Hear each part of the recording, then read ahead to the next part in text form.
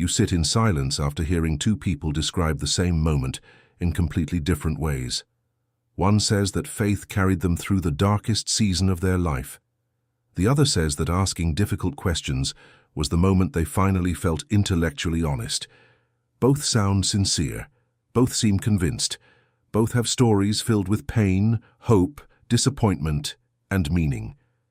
That is when an uncomfortable thought quietly appears. What if certainty is easier than uncertainty, no matter which side you stand on?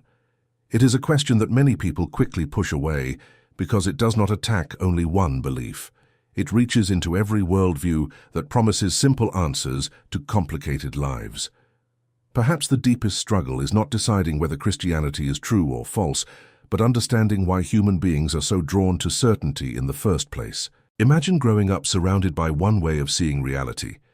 The stories become familiar before you are old enough to evaluate them. The words become emotionally connected to family dinners, childhood memories, moments of comfort, weddings, funerals, forgiveness, and hope. Even people who later question those beliefs often discover that the emotional connection remains far longer than the intellectual one. Beliefs are rarely just collections of ideas. They become part of identity, community, memory, and belonging. That is why questioning them can feel less like solving a puzzle and more like risking the loss of an entire version of yourself. If this tension has ever crossed your mind, whether you remained convinced or became more skeptical, share your perspective below. People often assume these conversations are only about arguments, but they are just as much about experience. One person's certainty may have been built through years of personal transformation. Another person's doubt may have emerged through equally sincere reflection. Both deserve to be understood before they are judged. Consider someone who has spent years praying for an answer during a painful period of life. Sometimes the answer appears to come in unexpected ways. Other times, nothing seems to change. Two people can experience the same silence and walk away with opposite interpretations. One concludes that patience is part of faith. The other concludes that silence itself raises difficult questions. Neither interpretation automatically proves or disproves anything. Instead, they reveal something fascinating about the human mind. We naturally construct meaning from incomplete information because uncertainty is emotionally exhausting. Perhaps this is where one of the greatest tensions surrounding Christianity and many other worldviews begins to emerge. Human beings long for explanations that make suffering meaningful, yet suffering often refuses to cooperate with simple narratives. Every generation has wrestled with illness, injustice, grief, disappointment, and unanswered questions. Some find that faith provides a framework that allows them to continue despite those realities. Others find that the unanswered questions become impossible to ignore. The interesting part is not that people arrive at different conclusions. The interesting part is how often both groups underestimate the emotional influences behind their own confidence. We like to imagine ourselves as purely rational creatures, carefully weighing evidence before forming beliefs. Psychology repeatedly suggests something more complicated. We interpret information through relationships, fears, hopes, memories, culture, and expectations. That does not mean truth does not matter. It means that our path toward what we believe is rarely as straightforward as we imagine. This realization can feel uncomfortable because it asks every person, regardless of belief, to examine not only what they think but why they think it. It invites humility instead of triumph. It encourages curiosity instead of immediate judgment. And perhaps that is the beginning of a more honest conversation, one where difficult questions are not treated as enemies of faith or reason, but as opportunities to better understand ourselves and one another. Before deciding whether any worldview has a fatal flaw, it may be worth asking a more personal question. What part of ourselves is searching so intensely for certainty, and what happens when life refuses to provide it? That question may not produce an easy answer, but it has a remarkable way of changing every conversation that follows. The longer you sit with that question, the more uncomfortable another possibility begins to emerge. Maybe the greatest challenge is not living with doubt. Maybe it is admitting that doubt never completely disappears, even inside the people who appear absolutely certain. Think about how often people assume that confidence is evidence of certainty. Someone stands in front of a crowd speaking with conviction, and everyone assumes there are no private battles taking place behind those words. Yet history, literature, psychology, and ordinary life suggest something very different. Human beings often become more committed to defending an identity precisely when they fear losing it. This is not unique to Christianity. It appears in politics, philosophy, science, personal relationships, and almost every community built around deeply held beliefs. When a belief becomes intertwined with identity, questioning it can feel like questioning your own worth, your family, your memories, and your future all at once. Imagine someone who has spent decades building a life around a particular understanding of reality. Their closest friends share it. Their family celebrates it. Their moral decisions are shaped by it. Their moments of grief are comforted through it. Now imagine that one difficult question appears, not because they wanted to rebel, but because life forced it upon them. Perhaps someone they loved suffered despite endless prayers. Perhaps they encountered a historical claim they had never considered. Perhaps they met someone from a completely different tradition whose kindness challenged every stereotype they had quietly accepted. None of these moments automatically destroys belief. Yet each introduces something far more unsettling than an argument. They introduce tension, and tension has a strange way of refusing to disappear simply because we wish it would. The mind begins negotiating with itself. One part desperately wants stability. Another part wants honesty. The conflict becomes exhausting because both desires are understandable. Stability provides peace.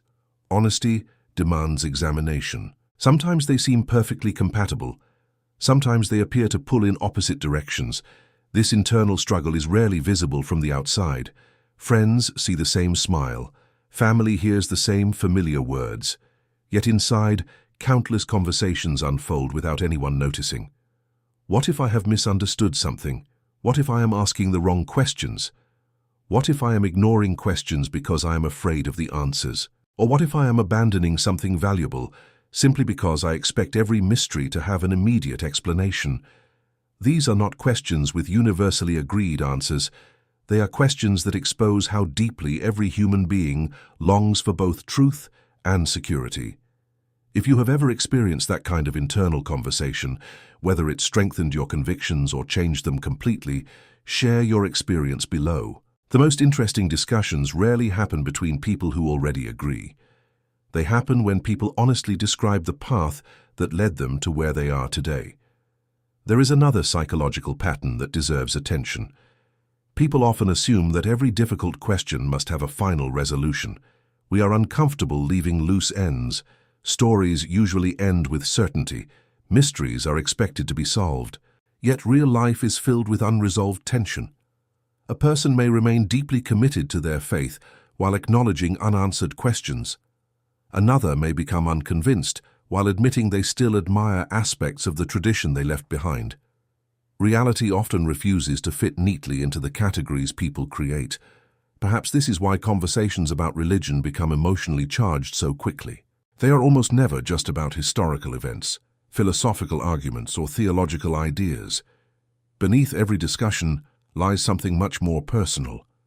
There is the fear of being misunderstood, the fear of disappointing loved ones, the fear of losing community, the fear of being intellectually dishonest, the fear of discovering that certainty was more fragile than it first appeared.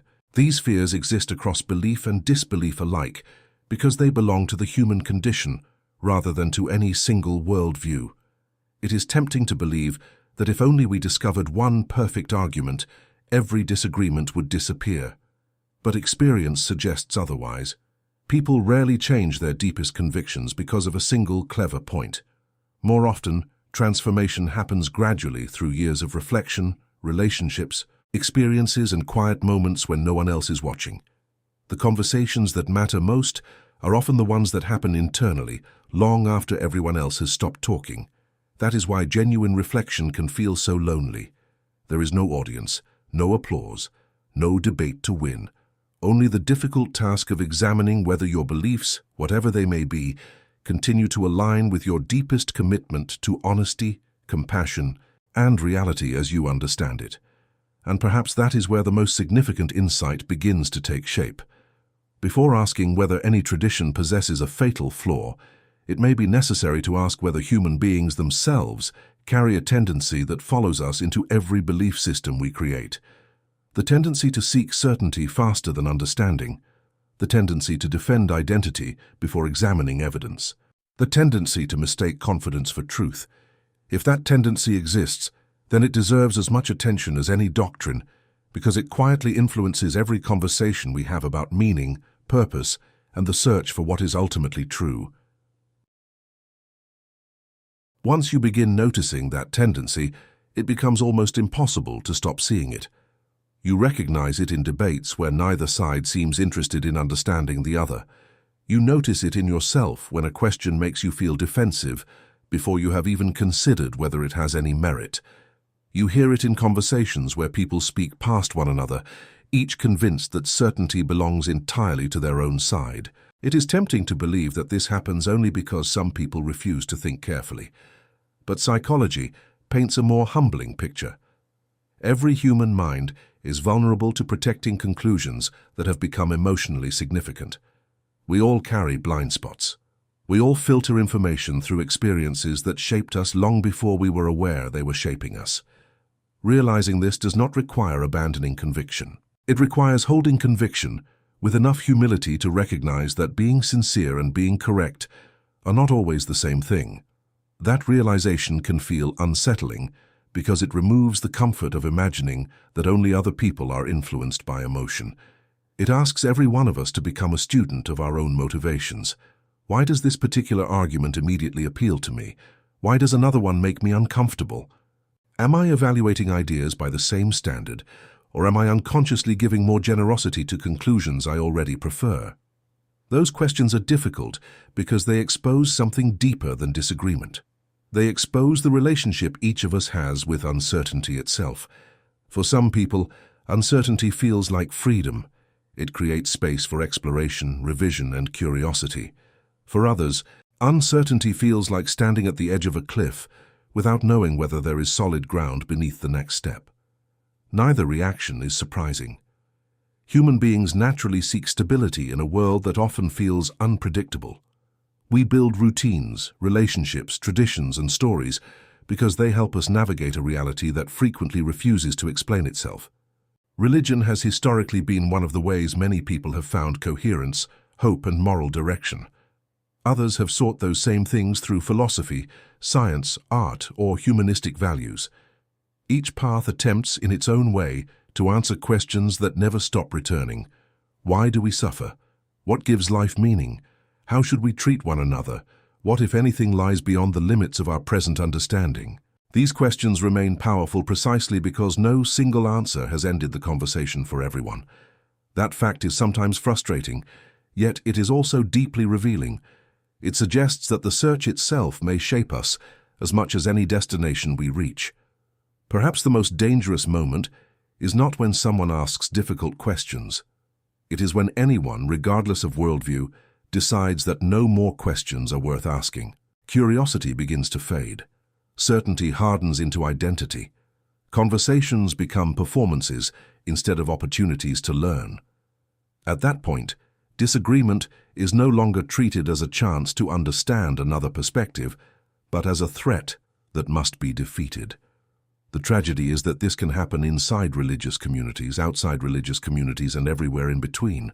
It is not owned by one tradition. It is part of a broader human struggle with pride, fear, and the desire to protect what feels familiar. If there is a lesson hidden inside this entire exploration, it may be less dramatic than many people expect, yet more demanding. It asks us to distinguish confidence from humility, conviction from arrogance, and commitment from intellectual closure. It challenges us to become people who are willing to listen without immediately surrendering our principles, and willing to defend our principles without assuming that everyone who disagrees must be acting in bad faith. That balance is difficult because it requires patience in a culture that rewards certainty and speed. It requires courage to admit when we do not know. It requires compassion toward people whose journeys have led them somewhere different. As you reflect on everything explored so far, perhaps the most important question is no longer whether Christianity or any other worldview possesses one fatal flaw. Perhaps the more revealing question is whether we are willing to confront the flaws that exist within our own ways of thinking. If we ignore those, no belief system, philosophy, or ideology will protect us from becoming closed-minded. If we acknowledge them, however, every sincere conversation becomes an opportunity not simply to defend what we already believe, but to become more thoughtful, more honest, and more deeply aware of the complexity of the human search for meaning. The answer each person reaches may differ, but the willingness to engage that search with humility is something that can be shared across profound disagreement. In the end, perhaps that willingness is not a weakness of conviction at all. Perhaps it is one of its strongest expressions,